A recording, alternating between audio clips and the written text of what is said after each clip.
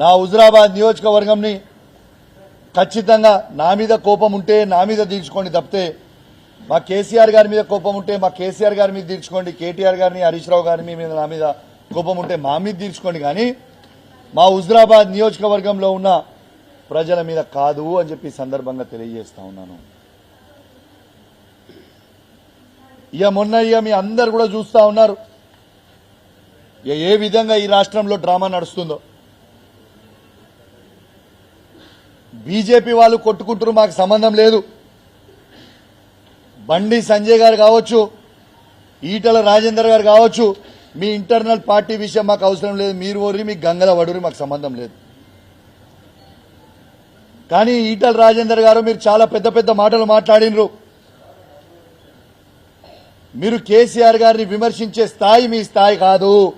మీ స్థాయి ఏందో మొన్న 2023 ఎలక్షన్లలో హుజురాబాద్ ప్రజలు నీకు చూపించిర్రు. నీ స్థాయి ఏందో, నువ్వు ఏంటిదో అపర మేధావని నువ్వు ఫీల్ కావాల్సిన అవసరం లేదు. నీకంత సినిమా లేదు, నీకంత సినిమా లేదని చెప్తా ఉన్నాను. ఏం మాట్లాడుతావు? నేను ఈ కరీంనగర్ జిల్లాకి 2 సార్లు అధ్యక్షునైనా, 2 సార్ల మంత్రినైనా. ఎస్, నీకు రాజకీయ భిక్ష పెట్టింది ఎవరు? కేసీఆర్ కాదా అని నేను అడుగుతా ఉన్నాను. నిన్ను 2 సార్ల అధ్యక్షుడు చేసింది ఎవరు? కేసీఆర్ కాదా? నిన్ను 2 సార్ల మంత్రి చేసింది ఎవరు?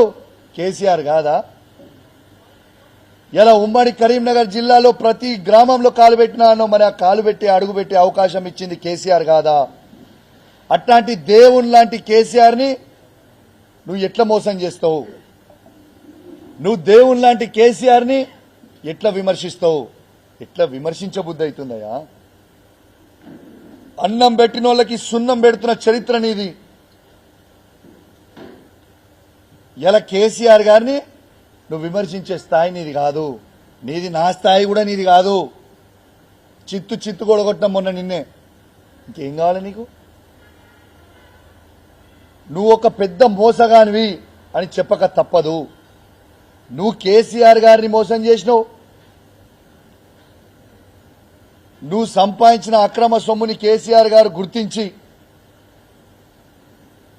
పేద దళితుల భూములని నువ్వు గుంజుకుంటే అవన్నీ గుర్తించి ఇలా నేను తన్ని పార్టీ నుంచి బయటికి వెళ్ళగొట్టి నువ్వు దానికి ఏం చెప్తున్నావు?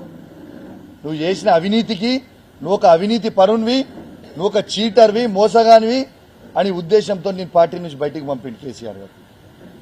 కానీ నువ్వేం చెప్తున్నావు? బీఆర్ఎస్ పార్టీలో ఆనాడు టీఆర్ఎస్ పార్టీలో ఎమ్మెల్యేలు అందరూ నాతో బాగుండే కాబట్టి కేసీఆర్ నేను బయటకు పంపించింది. నువ్వు ఆ రోజు కేసీఆర్ గారిని ద్రోహం చేద్దామనుకున్నావు,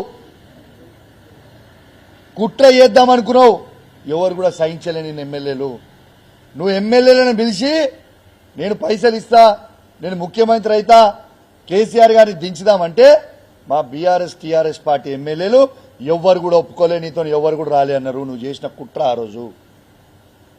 కేసీఆర్ గారు నీకు అన్నం పెట్టిన పాపానికి కేసీఆర్ గారికి నువ్వు సున్నం పెడదామనుకున్న దుర్మార్గమైన ఆలోచన నీకు వచ్చింది ఆ రోజు. ఎస్, ముమ్మాటికి చెప్తున్నా, కేసీఆర్ లేకపోతే తెలంగాణ లేదు. ఈ తెలంగాణ జెండాని ఇలా కేసీఆర్ పట్టుకోకపోతే ఎవరు పట్టుకురా? తెలంగాణ అనేది స్టార్ట్ చేసింది కేసీఆర్ కాకపోతే ఎవరా? తెలంగాణ ఎక్కడిది? ఇంత అభివృద్ధి ఎక్కడిది? కేసీఆర్ గారు చేసి చూపించింది ఎక్కడిది? ఇవన్నీ ఎక్కడ పోయినాయి?